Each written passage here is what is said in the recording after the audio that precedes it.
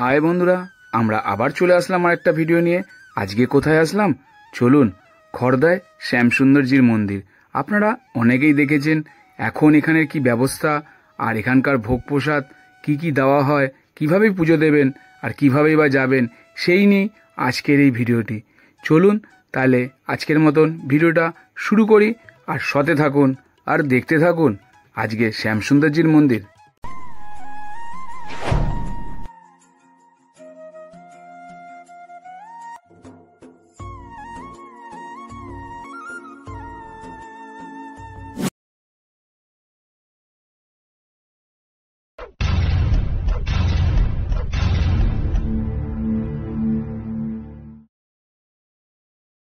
High বন্ধুরা, অনেক দিন ধরে ভাবছিলাম এই শ্যামসুন্দরজির মন্দিরে আসব। এর আগেও আমি অনেকবার এসেছি এই শ্যামসুন্দরজির মন্দির, কিন্তু আজকে আমরা সবাই মিলে এই মন্দিরে এসেছি। চলুন, আজকের এই ভিডিওটি খুব সুন্দর হতে চলেছে। আর এই শ্যামসুন্দরজির মন্দির কোথায় বা কিভাবে আসবেন সেই নিয়েও আজকে পুরো ডিটেলসে আপনাদের এই ভিডিওটি দেবো। থাকুন আর দেখতে থাকুন এই শ্যামসুন্দরজির মন্দির কিভাবে আমরা আসলাম আর কিভাবেই বা ভোগ প্রসাদ গ্রহণ করলাম। চলুন, আর কে কে আমাদের সাথে আসলো সেটাও দেখতে থাকুন। বন্ধুরা, আরও একটা নতুন ভিডিও আপনাদের সবাইকে স্বাগত জানাই। আজকে আমরা চলে এসেছি খড়দা শ্যামসুন্দরজির মন্দিরে। আমরা সকালবেলা বেরিয়েছিলাম, এখন পৌঁছালাম। এসেই আগে কুপনটা কেটে নিলাম, ভোগের কুপন 120 টাকা করে। আরও ডিটেলস আমি দেবো। আমরা এখন পুজো দিতে যাব, তার আগে একটু চা খেয়ে নিই। কারা কারা এসছে একবার দেখে নিন। আমরা সবাই মিলে এসে গেছি। এই যে আমার চেগড়ি, কই চেগড়ি, এই যে চিন্ডি, আর এই আমার বকি, দেখি এই যে। চলুন এবার আমরা পুজো দিতে যাব। দেখেছি ইনি নতুন শাশুড়ি, মানে মাসি শাশুড়ি, আর ইনি আমার শাশুড়ি। শালিকে অনেক জায়গায় দেখে। এই মন্দিরের মাহাত্ম্য এতটাই বেশি যে শ্রী রামকৃষ্ণদেব ও শারদামণি এই ঠাকুর দর্শন করে গেছেন এবং বলে গেছেন দক্ষিণেশ্বরের ভবতারিণী, কালীঘাটের কালী আর এই খড়দায় শ্যামসুন্দর জীবন্ত। এনারা হেঁটে চলে বেড়ান ও এনারা ভক্তের হাতেই প্রসাদ গ্রহণ করেন। তাহলে আপনারা একবার এসে দর্শন করে নেবেন এই জীবন্ত ঠাকুরকে। এছাড়াও মাঘী পূর্ণিমায় কিন্তু এখানে খুব বড় উৎসব হয়, 3 ঠাকুর দর্শন।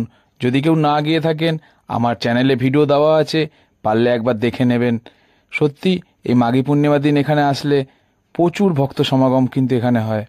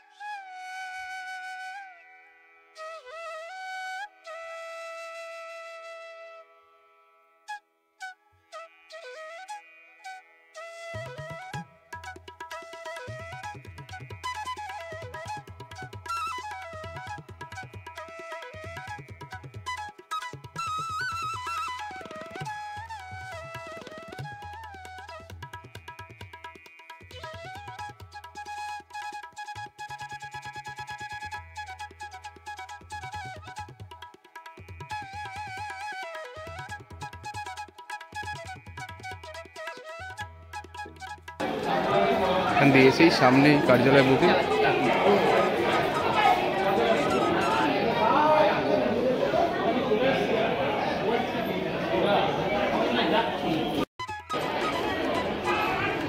কটা বুকিং করতে হবে, মানে কখন ওই টাইম যা আছে সেই টাইমের মধ্যেই কি আসতে হবে? বেশি লোক হলে 4-5 দিন আগে আসতে হবে, বেশি লোক হলে, আর কম লোক হলে 10টা থেকে 11:30।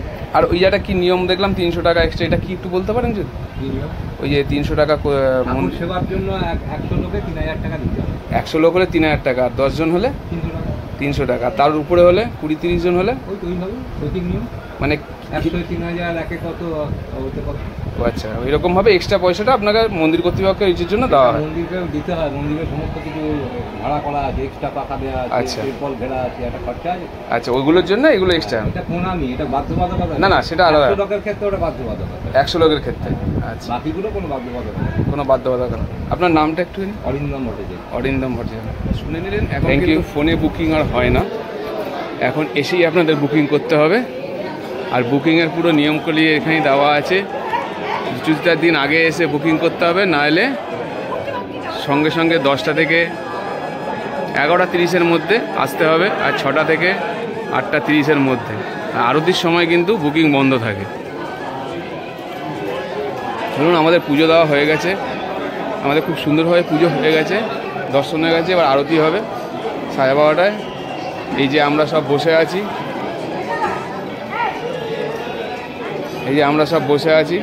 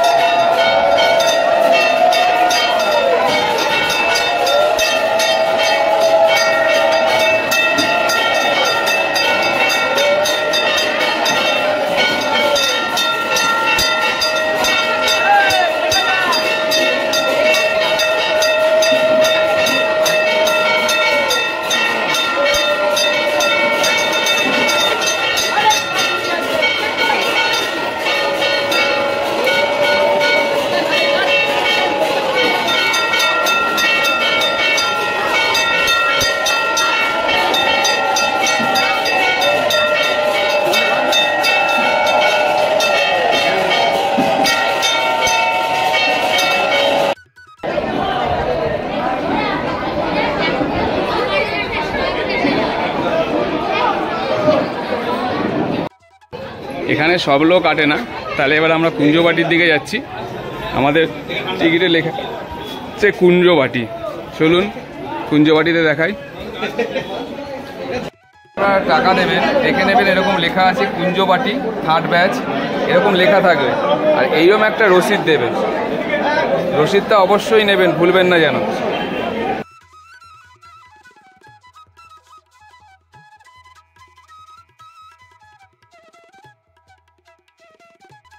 এই মন্দিরে আসতে গেলে আসবেন কি করে?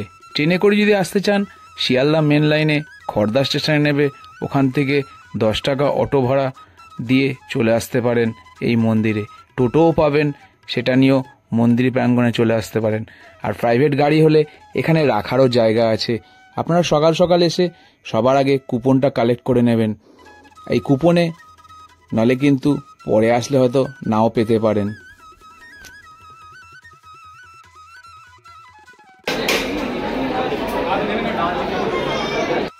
যে আমরা বসে পড়েছি ওই টেবিলে, আর আমরা দুজন এই টেবিলে, যে আমিও বসে পড়েছি এখানে। প্রথমে পড়ে গেছে পাতে খিচুড়ি আর তরকারি, খিচুড়ি আর তরকারি প্রথমেই।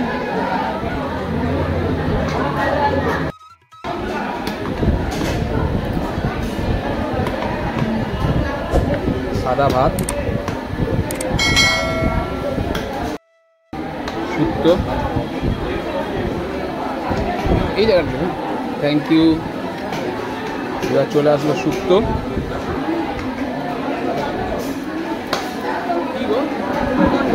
মুগের ঘন্ট, মুগের ঘন্ট এসে গেল, মুগের ঘন্ট, ডাল,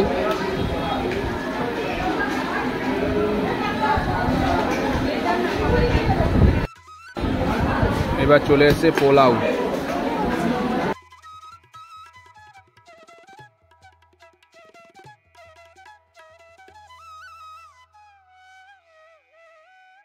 মালপোয়া আসলো, তারপর পায়েসটা দেখাতে পারলাম না। পায়েস ও সাথে মালপোয়া, এই যে পায়েস একটা আইটেম, আর তারপরে মালপোয়াও ছিল, সাথে চাটনি। আর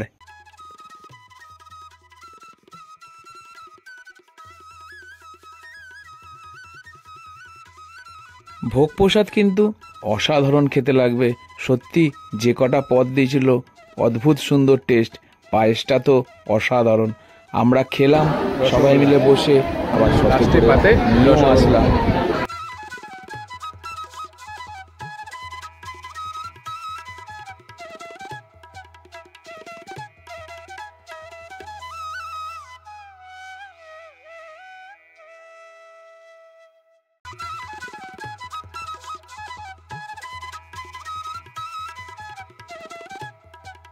আবার সাথে করে নিয়েও নিলাম। চলুন আজকের ভিডিওটা এখানেই শেষ করছি।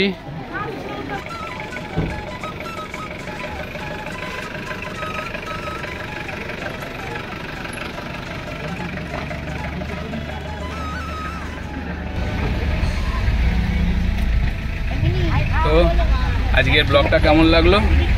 আশা করি সবাই ভালো লেগেছে। আমরা আবার বাড়ির পথে ফিরছি। চলুন, ভালো থাকবেন, সুস্থ থাকবেন। আজকের মতন ভিডিওটা আমরা এখানেই শেষ করছি। আর দেখিয়ে দিই আমরা আজকে সবাই কেমন আছি। লম্বা লাইন দিয়ে রয়েছি। হাই করে দাও। ওই যে পিছনে আরো লোক রয়েছে।